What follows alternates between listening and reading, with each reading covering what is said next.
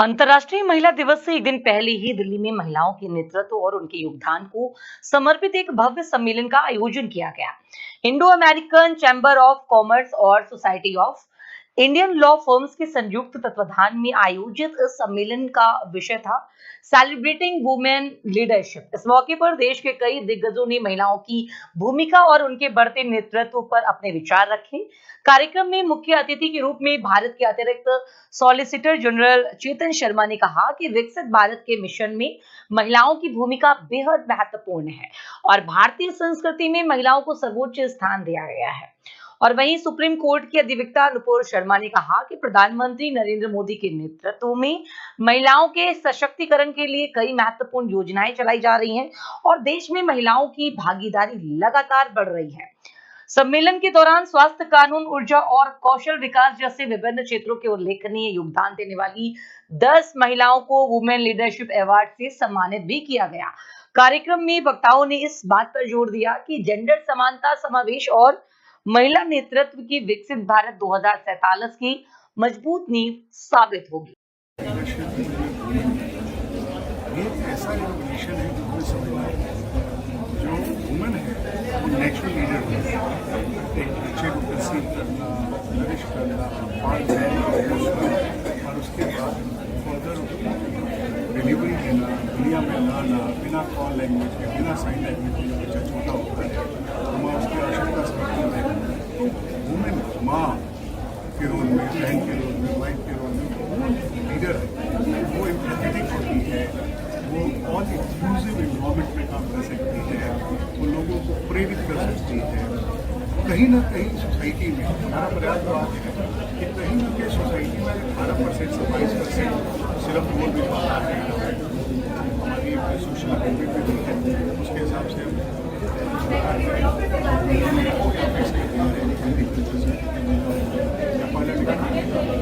तो हमें तो नैसर्गिक रूप से वुमेन के अंदर एक लीडरशिप की क्षमता है जो ईश्वर द्वारा प्रदत्त है, उसको रिकॉग्नाइज करके कैसे सोसाइटी को ऑल इंक्लूसिव दें और ऑप्टिमल लेवल तक। ऑप्टिमल लेवल क्या है?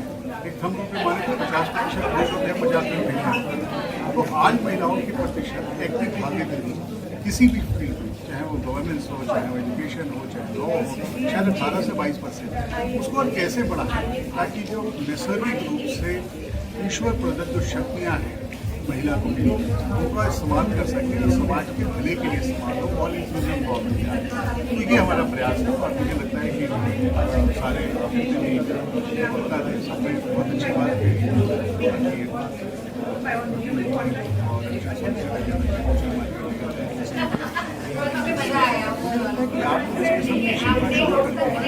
और बात को आगे बढ़ाते हैं, आगे जाती है।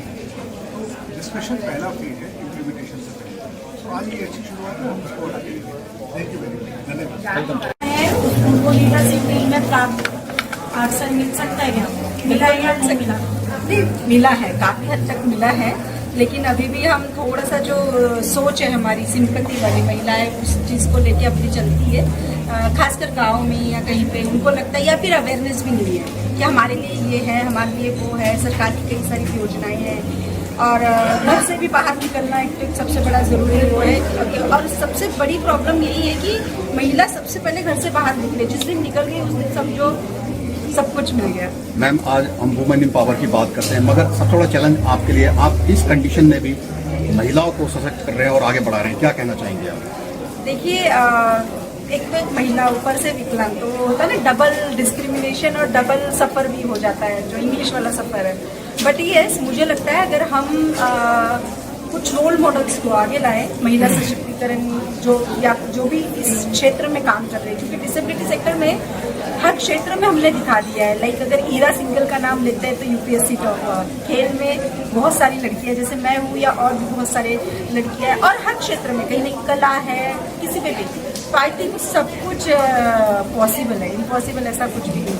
तो बस उनको बाहर निकलने के लिए बात की जाए, आपने जैसे कहा मैम एक महिला ऊपर से विकलांग, बहुत सी लेडीज़ें होती हैं जो विकलांग नहीं है मगर मानसिक रूप से विकलांग हो जाती है, उन्हें क्या मैसेज देना चाहेंगे? विकलांगता हमारी यही पे है, जो हमारी सोच है कि मैं ये नहीं कर सकती, मैं वो नहीं कर सकती। पहले हमारी सोच को थोड़ा सा स्मार्ट बनाइए तो हमारी सिटी और हमारी आसपास की जो जनरेशन है वो सब कुछ स्मार्ट बन जाएगा। तो आई थिंक बस हमारी सोच पे निर्भर करता है। और महिलाओं को क्या संदेश देंगे? घर से बाहर निकलिए, क्योंकि जितना आप अंदर रहेंगे ना उतना आपको दबाया जाएगा, और जितना आप बाहर निकलोगे उतना आप कुछ ना कुछ सीखोगे पहली बात तो। और निकलने के बाद वो जो कॉन्फिडेंस लेवल आता है, जैसे मैंने अपनी स्पीच में कहा था कि 12 साल में एक बंद दीवारों के अंदर थी हॉस्टल में, और 12 साल के बाद अचानक से जो बाहर की दुनिया थी वो बड़ी कठिन थी। तो लेकिन जब निकली तभी तो देख पाई ना, तो आप निकलिए, बस निकलना ही एक सोल्यूशन है हमारे लिए। Thank you.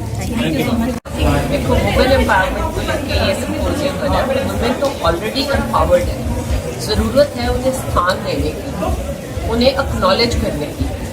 अगर जेंडर इक्वालिटी चले और वुमेन एम्पावर्ड है तो हम मेल एंड फीमेल दोनों काउंटर पार्ट्स हाथ से हाथ मिला के चलें तो हम बहुत आगे जा सकते हैं। सो हेल्थ केयर में वुमेन बहुत देर से लेडी डॉक्टर्स काम कर रही थी, अपने अपने प्रोफेशन में काम कर रही थी, but they were not there in the management. So managerial part जो है वो लेडीज़ को अब लीडरशिप की ओर ले जा रहा है, और एक अच्छा लीडर बनने के लिए I think the qualities the lady needs she is always have.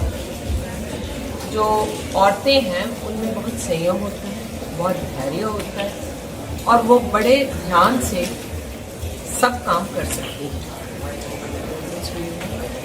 Ma'am, आज जिस तरह से देखा जाए इस देश की प्रधान राष्ट्रपति की बात करें वो भी महिला है, और दिल्ली की मुख्यमंत्री महिला है, वुमेन पावर की हम बात करते हैं, मगर फिर भी आज कहीं ना कहीं पक्षपात होता है महिलाओं के साथ, क्या कहेंगे आप? पक्षपात तो होता है, मे भी ऊपर वाले लेवल पे नहीं होता है, लेकिन नीचे वाले लेवल में पक्षपात होता है। औरतों को अभी भी घर के काम करने के लिए बताया जाता है, and the basic bread earner अभी भी नहीं है हमारी सोसाइटी में। इस सोच को बदलने की ज़रूरत है, जहाँ मैं ये बोलती हूँ कि घर में बच्चे होते हैं उनकी पेरेंटिंग इक्वल होनी चाहिए, जिसमें बाप का और माता का दोनों का हिस्सा होना चाहिए।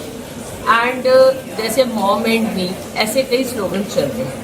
आई थिंक इन स्लोगन्स को चेंज करना चाहिए और इनको पेरेंट एंड मी स्लोगन्स में लाना चाहिए, और इसीलिए गवर्नमेंट ने पैटर्निटी लीव भी इनकरेज किया। जैसे पहले मैटरनिटी लीव मिलती थी जबकि बच्चा होता था, अब पैटर्निटी लीव इनकरेज कर रहे हैं, और प्राइवेट सेक्टर में हर मेल को छुट्टी दी जाती है जब बच्चा होता है, ताकि माँ और बाप दोनों ही बच्चों की पूरी देखभाल कर सकें। Thank you. What's your good name?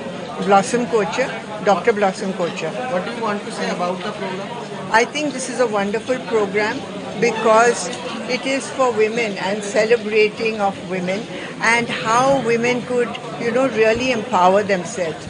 ये बहुत important है, and those who have already gone through, made a success, we want to tell them how they can empower themselves, and also by keeping our tradition and our sustainability, so they have to go through with the whole thing together.